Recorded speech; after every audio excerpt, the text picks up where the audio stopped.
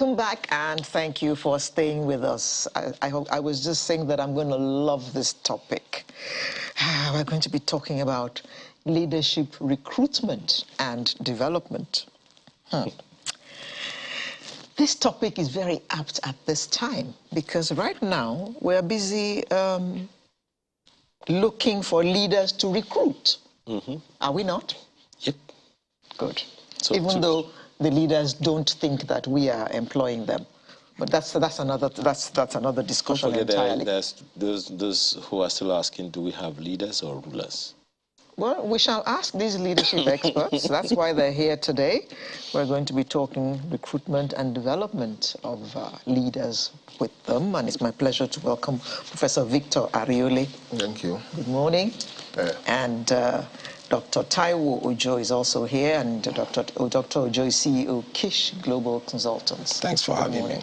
And thank you for coming. So, 2023 is round the corner. I'm not sure that this is the connection, in which you have come here. But since you are here, let's just go there. Let's just jump in. Let's just jump in. 2023 is round the corner. We are busy shopping. We're on the march again. Nigeria on the march. On the march again. All the peacocks are coming out to show us all their colors and all that. But we have been told that this time around, we should be rather circumspect and make sure that we select the right people to do this job for us, because we are in a very bad place as a country at the moment. Professor, so of all these peacocks who are strutting around, what should we be looking for in each of them? Well, human beings are somehow graded in their motivation, approach and drive. And somehow leaders don't just emerge overnight. People are trained to be leaders. Some people say, yes, some leaders are made, but still, there is need to understand the training and the development process. Because it is circumstantial, it is also structural. We are a developing nation. We are a developing nation, and we need to bring up people who will lead our nation to match what is expected of us at the universal level, global level, in effect. And we have best practices in this global level. I mean, we know if we say, for example, US is the best practice approach to adopt, or the ones to look onto, as we have adopted democracy also as our, and we have also presidential system as our own modus operandi in terms of politics and democracy. We can see that everybody that has emerged almost as a president of recent in US had gone through some training process via university, via higher education, either as a military person, either as a lawyer. Mostly they say most of them are lawyers. It's as if in US, they expect you to be a lawyer to be their president, although Trump was not a lawyer. But then, no, somehow it happens that way. Because France, for example, where I know very well, anybody in recent time who had ruled France had gone through a École Normale d'Administration. That is ENA. That is their great school where they train people who rule them. Except Sarkozy also, who never went to that school. And we can see he didn't go beyond one term. He was not exceptional. Exactly. So whether it's Macron, whether it is Charles de Gaulle, whether it is the other man, Mitterrand, François Mitterrand, or whether it is Jacques Chirac, they all went through that process. Even the wife of Hollande went through that process, even when he failed to be the president. They have it as a École Normale d'Administration, ENA. Somehow, people leave university to make sure they pass the entrance exam to that school.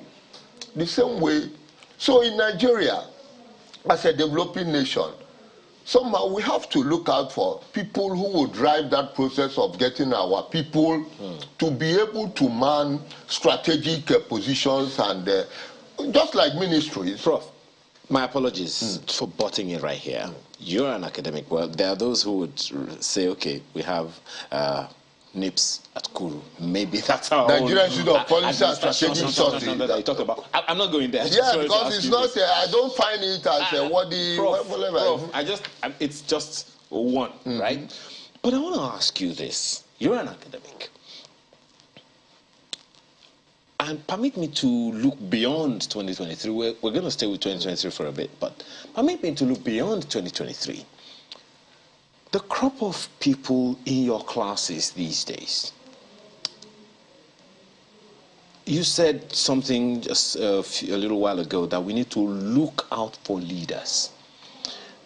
Do you think we have a system in the ivory towers that is actually training leaders or preparing young people for leadership training? Let's begin from there. No, it's there. You see, like every university system, somehow 10 years, 15 years, you renew your curriculum, you change and you reshuffle based on normal or new things that are coming in. Does that happen in Nigeria? Of course it happens. I mean, in my own department, it's not up to 7 years we reshuffled our curriculum in French and integration studies. Before it used to be European languages. Now we decided to change it to French or Russian or Spanish and integration studies. All we are saying is that it's not just mere the language you are learning. There are other things that go with the language, like the politics culture, in the language, the economics in the language, IT in the language. How do you bring it into beer? We have it, but another problem we have is possibly those we are bringing in there. For example, during our time, JAMB is very okay. I came through JAMB into the university, and we know what it is.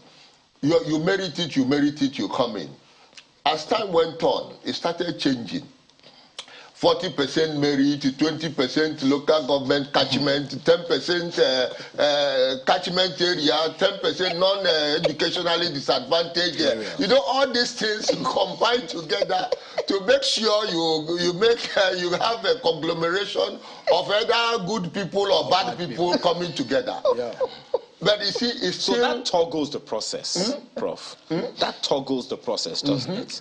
Because these people that you're talking about now, let me ask you that. Okay. That toggles the process, wouldn't you see? Because it would seem like, okay, if we have to bring people into this system for, what's that word, parity purposes, the merit is gone. Yeah. And so consequently, at the end of the day, everyone is going to get into that position of leadership, whether they merit it or not. Yeah. So then it would seem like we do not have a structured leadership recruitment process. Thank you for having me once again. You know, leadership is very tough, you know, especially in a complex nation like Nigeria. You know, I was talking to Prof before we came in. I said the mistake that was made was in 1999, you know, the long period of military rule, when democracy started in 1999, the people, the civil society, you know, in politics, there are 8 typologies. So most people don't know. Those 8 typologies is either you are the voices, where you come in, the media, the broadcasters, the journalists. You have the intellectuals. Those are we academics.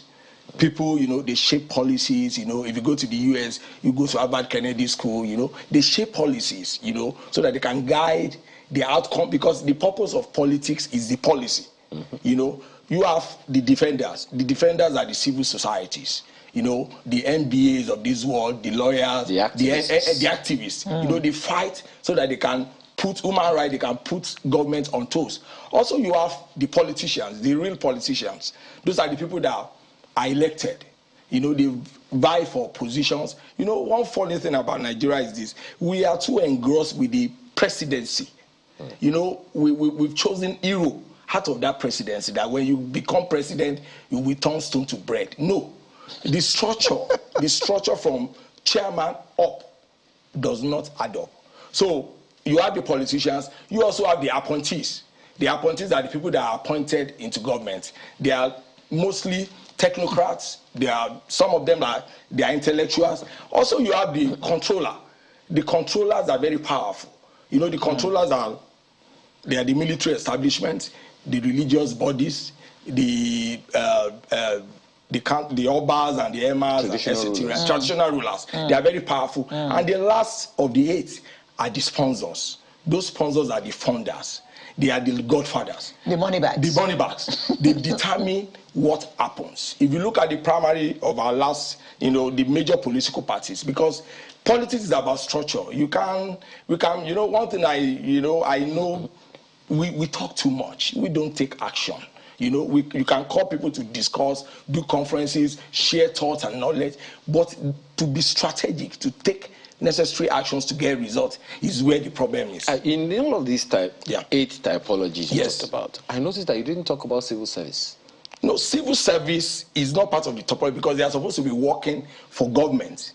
They are not part of politicians. But in our client, most of them are even carry member of a political party. Exactly my point. So automatically, my apologies. On the one hand, they are supposed to be like the system that runs whether there is whether the government is in place or not. They are like the what's the word now? They are like the relay team. Yes, the middlemen or the engine room. Yes, of exactly. Yeah. So the PERMSEC, for instance, will probably be the chief operating officer of the policies and all of that. So they are crucial to this matter because no matter what you do, they are the ones that ultimately execute the policies.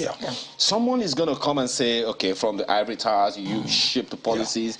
It's the civil service that is going to operate it. So if they don't belong in this, in the mix, there is a problem. Don't you think? I love how you mentioned the civil service. Who are the people in our public sector?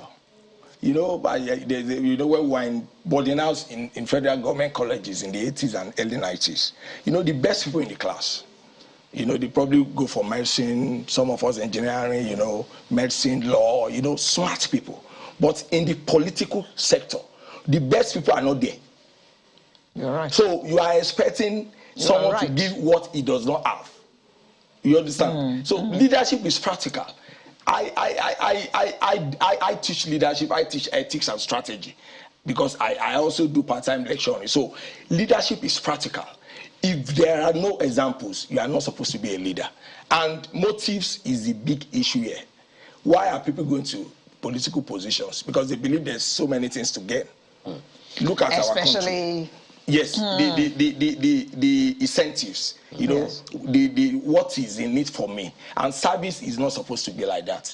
Service is for others to benefit. So Dr. Ojo, let me just take off from where he left off about this particular school in France that all these leaders have, they all seem to have attended this particular school. So do you think we need to set up a school in Nigeria to churn out people so that we can have a bigger basket to choose from? No, we don't.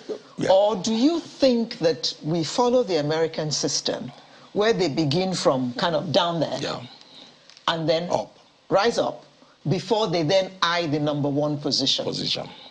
Because as it is in my country, my brother here, Ayo, can get up tomorrow and say he wants to be president of Nigeria. And the next thing is printing posters. From being a presenter in channels, he wants to be president. He's a good manager. So he's manager now. He has attended. He has not been a local government chairman.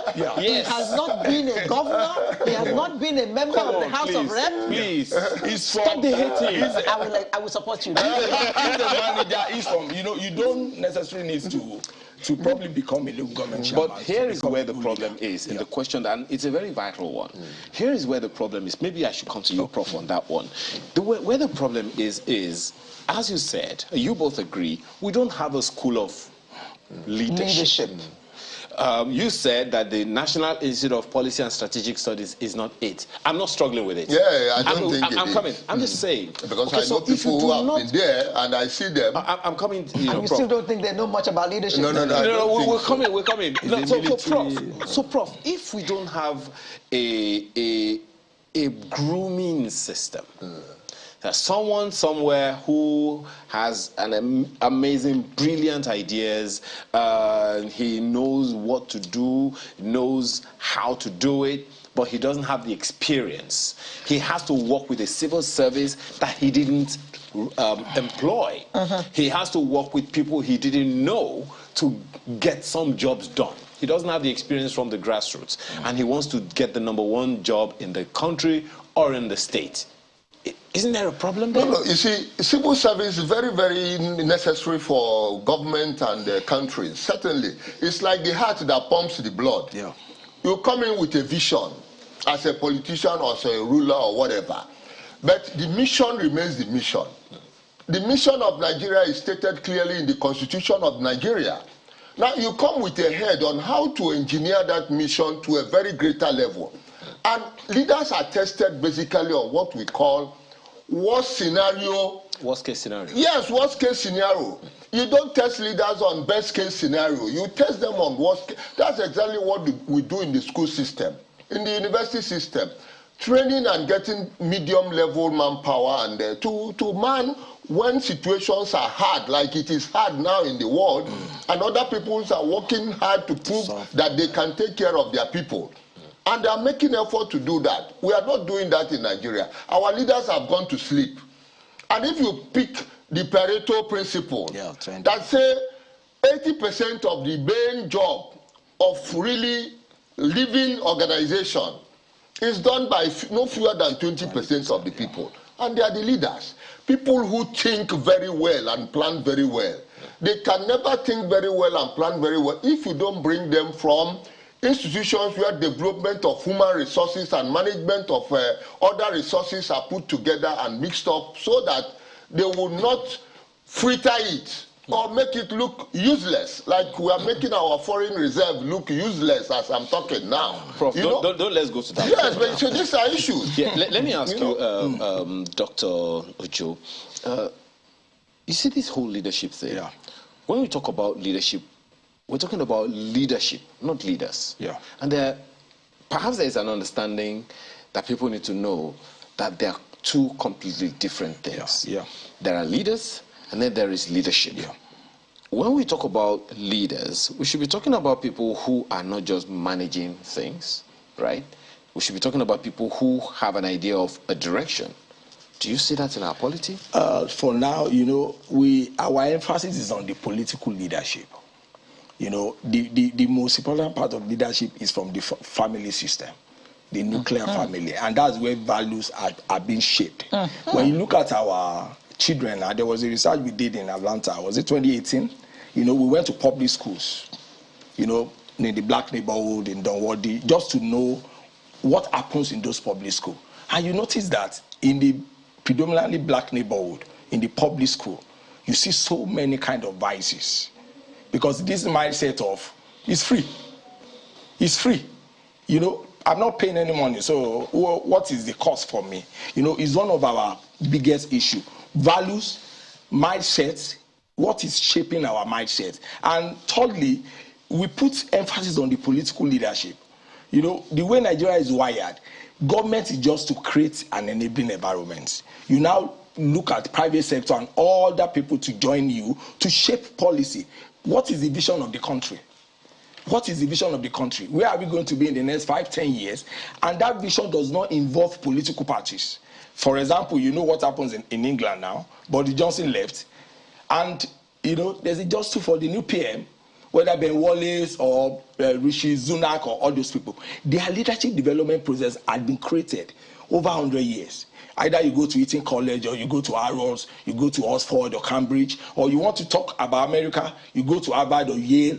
It's been created. But Nigeria, we have lots of insecure leaders. Lots of insecure leaders. The moment they know that you are better than them, they want to bring you down. It's the value system. Not only in politics, even in our day-to-day life. How do we treat people? Do we have love to one another? There are global crises everywhere.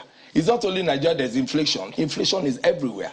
The COVID issue, the Ukrainian-Russian issue, every economy is being tumbled now. So what do? You need situational leaders. Leaders that can come and solve problems. Boris Johnson was solving problems, but the character base, the values, push him out of the room. Well, there are those who will argue, Dr. Ojo, that thing doesn't just happen in Nigeria, but something essential that you said, I'm actually looking for the spot in the Constitution that talks about that actually legislates values. Yeah. When I was growing up, we had classes for moral instructions. Yeah. We had classes for civics. Education. I understand that we still have civics now in school. So teaching moral instructions in school at the time put the fear of God in you. Because, and it also put the fear of mommy and daddy in you. Because you dare not go home, do things outside of those values. Yeah. And he talked about the fact that those values speaking from home. But we don't seem to see much of those values being played out now with such scary, embarrassing corruption cases attributed to elderly people. The question I ask in my mind is, they do have children. They have relatives. They have dependents who look at them and say, he's going to go to jail because he stole, and stuff like that. So I'm wondering, if values are so important in leadership, how come it is so little talked about in politics? No, but I think there is a problem of value even within the educational system.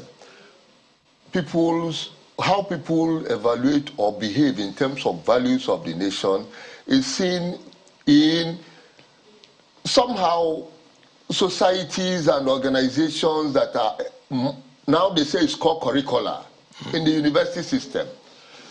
Students are expected to belong to either Scripture Union, Christian Union, Islamic Union, whatever. You are supposed to be seen operating beyond the classroom instructions within those areas. Your fellow, your peers will know you and know how leadership value is inculcated in you on what you have. We have it in the system. Forget now that they are saying student union is becoming boisterous and is becoming rascally and whatever. During our time, we had students union. Where I schooled, whether you call them Aye fraternity or you call them whatever, we see them, we know them. Pirates. They're operating, and they have leaders, and everybody knows them. It's not a hidden something. They march, we see them, and we know what they're up to and what they are not up to. In that process, and what they're about. What they're about, we know. So we know the leadership, the values they are inculcating among themselves as a peer, because it's like peer something. And of course, the university system has a way of knowing those who are doing wrong. And I used to tell my students, degree is given to you in character and in learning. Somehow people say, how do you evaluate the character? I say, why wouldn't you evaluate the character as a project supervisor of a student? Now, and that project carries the bigger credit unit than other courses you are doing in the university. Some 6 units, some 4 units. The biggest credit unit is that project. Prof, are you talking about the ideal situation or what exists now? Because there are those who will attribute some of these things to LMPG. Let my people go. No, let my people go. I mean, when you have I don't want to criticize anybody who has any degree or any class of degree who has gone to university. Seriously, I prefer the person than somebody who has never been to the 4 walls of the university. Seriously, because he will know how to go about. Whether you have third class, which is the basic of let my people go, or you have pass, which is you still have been there. You have been molded. Somehow it will be seen. When I was coming out to look for a job, I was told that the third class people are the people they like in the banks. Because they will stay longer. No, I was told so. You know, so that is what I was told. That third class people are the people they need in the banks because they will mold them and get them and they will stay longer.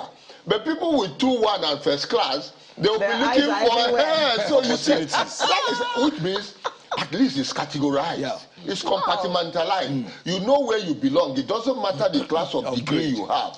So you see, it's a problem we are having now. Such things are not being effectively put into practice. The banks are looking for first class now. We need to start winding down.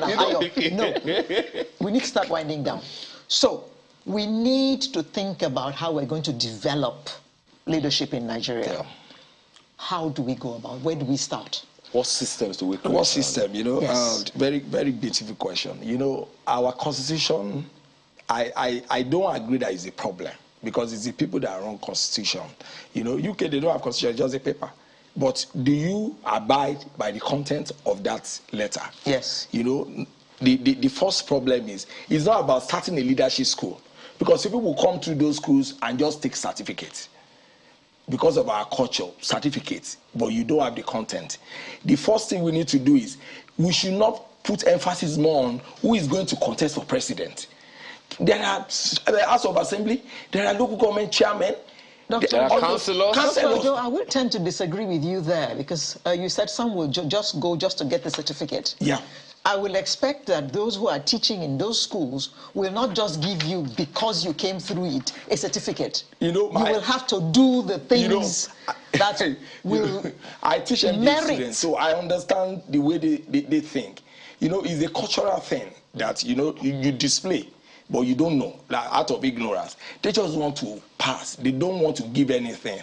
They just want that certificate, maybe to use at work. You know, it still takes me down. Basically, Nigeria. Yes, it still takes me down to because incentives. You know what I see in US. You know, it can never happen in US, because it can never happen in the Anglo-Western culture, because if you earn a degree, you earn it. You can't do, because the merit is there. But in our own culture, because it is self-inflicted, because of so many issues that you are not, or you can't control, the issue of economic issues, poverty, you know, you create it. So it's not for us to create a leadership school. What we just need to do is just to reset back to the value system. No matter who wins the election, the system is not working for anybody. You know, one problem about most people from define that system. The system is not working. You know, I want to take it back to the cultural context. Most people from sub-Saharan African culture, we have this low uncertainty avoidance, inability for us to take risk. But we have huge power distance. You know, we love power.